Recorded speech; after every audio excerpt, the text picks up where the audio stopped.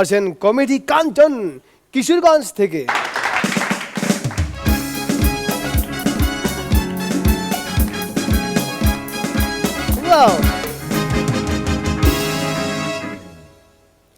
সেদিন একটা বিমান খারাপ হয়ে মাঝহার স্যারের মাথার উপর চক্কর দিচ্ছে, এই দিকে মাঝহার স্যার বলতেছে এইটা না এয়ারপোর্ট ওই দিকে। আমাদের মিরু ভাই প্রতিদিন লেট করে অফিসে যায়। সেদিন দেখলাম যে সে সময় মতো অফিসে যাচ্ছে। আমি বললাম ভাই ঘটনা কি? সে আমারে বললো আর বলিস না, সময় মতো অফিসে না গেলে সারাদিন দাঁড়িয়ে ডিউটি করতে হয়। আমি বললাম কেন? আমাদের অফিসে 30 জন কর্মকর্তা, আর বস বুদ্ধি করে 29টা সেট দিয়ে রাখে। আমাদের সাজু ভাই সেদিন শুটিংয়ের জন্য রেডি হচ্ছে, তো সে তার লাল একটা আন্ডার প্যান্ট খুঁজে পাচ্ছে না।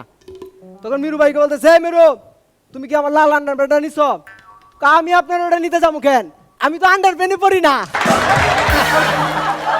আমি মোটেও চিৎকার করছি না, এই কথাটি আজ পর্যন্ত কেউ ফিস ফিস করে বলে নাই।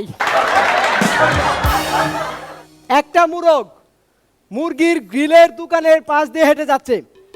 মুরগ গ্রিলের দিকে অবাক হয়ে তাকিয়ে বলল, জীবনে এই প্রথম ল্যাংটা মুরগি দেখলাম। ট্রেনের নাম যদি পদ্মা এক্সপ্রেস না হয়ে নিপুণ এক্সপ্রেস হতো, আর সেই ট্রেনের নিচে পড়ে যদি কেউ মারা যেত, তাহলে সংবাদ শিরোনামে কি লেখা হতো? নিপুণের নিচে চাপা পড়ে এক যুবকের মৃত্যু।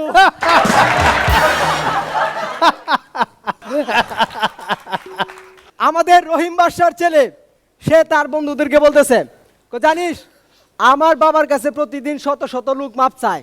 বন্ধুরা বলতেছে বলিস কি, তোর বাবা কি পুলিশ নাকি বিচারক? আর ওইসব কিছু না, আমার বাপ তো ভিক্ষা করে।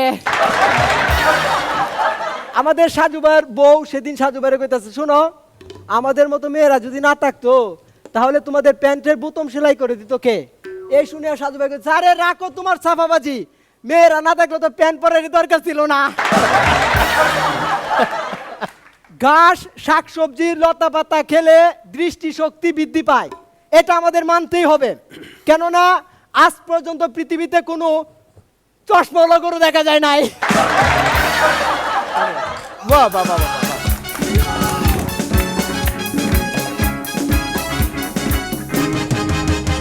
ওয়ান্ডারফুল ওয়ান্ডারফুল কমেডি কাঞ্চন, তুমি যা করো তাই এখন দেখতে ভালো লাগছে। জুয়েল ভাই, তুই একদম গোটা গোটা প্রত্যেকটা কৌতুক এত সুন্দর করে স্পষ্ট করে বুঝিয়ে দিয়েছো, আমরা প্রত্যেকটা হেসেছি। আর তুমি যে আমাদের মাঝার ভাইকে, নিপুণকে, সাজুকে, তারপরে আরও অনেককে নিয়ে মিলিয়ে করেছো, এটি কিন্তু একটা বড় গুণ। কারণ শুধুই আমি বলে গেলাম একটার পর একটা যোগ, এটি কিন্তু অত বেশি জোরালো হয় না যখন আমরা ওর সঙ্গে যুক্ত হই। অসংখ্য ধন্যবাদ। নিপুণ। ও আমি তো ভাবছিলাম আপনি ডাকবেন নিপুণ এক্সপ্রেস, মানে তুমি যে কি করলে, এটা যখন মানুষ দেখবে সে তার পরের দিন থেকে কিন্তু আমাকে ফেসবুকে লিখবে, জি নিপুণ এক্সপ্রেস আপনি কেমন আছেন, আপনার নিচে পড়ে কয়জন মারা গেল। মানে আমি তো চিন্তাই করতে পারছি না। না না, তার চেয়ে বড় যেটা সমস্যা হবে, আপনি আসার আগে রেলগেট সিগন্যাল ফেলাই দেবে, এই নিপুণ আসছে, ট্রেন আসছে, থামা থামা। মানে আসলে তোমার ব্যাপারে বলার কিছু নেই। তোমার যেদিন থেকে তোমার জোকস দেখছি, যেদিন থেকে তুমি এই হাসুর মঞ্চে আছো, সেদিন থেকে একবার তোমার জোকসে হাসছি, একবার তোমার জোকসে কাঁদছি।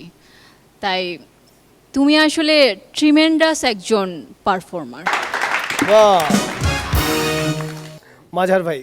কাঞ্চন, তুমি যা দেখাচ্ছ না, এই যে গত পর্বে যুগলে দেখালে, একেবারে ফাটিয়ে ফেললে, আমাদেরকে ভাসিয়ে দিলে চোখের পানিতে, আবার এই পর্বে তুমি একাই 100। তো এইভাবে কাঞ্চন তুমি যদি জোকস নিয়ে এগিয়ে যাও, অবধারিত তোমার জয় সুনিশ্চিত, এবং তুমি মণিকাঞ্চন হয়ে জোকসের মণিকাঞ্চন হয়ে স্থায়ী হও, এটা আমরা সবাই চাই। ধন্যবাদ তোমাকে। সাবাস সাবাস কাঞ্চন, থ্যাংক ইউ।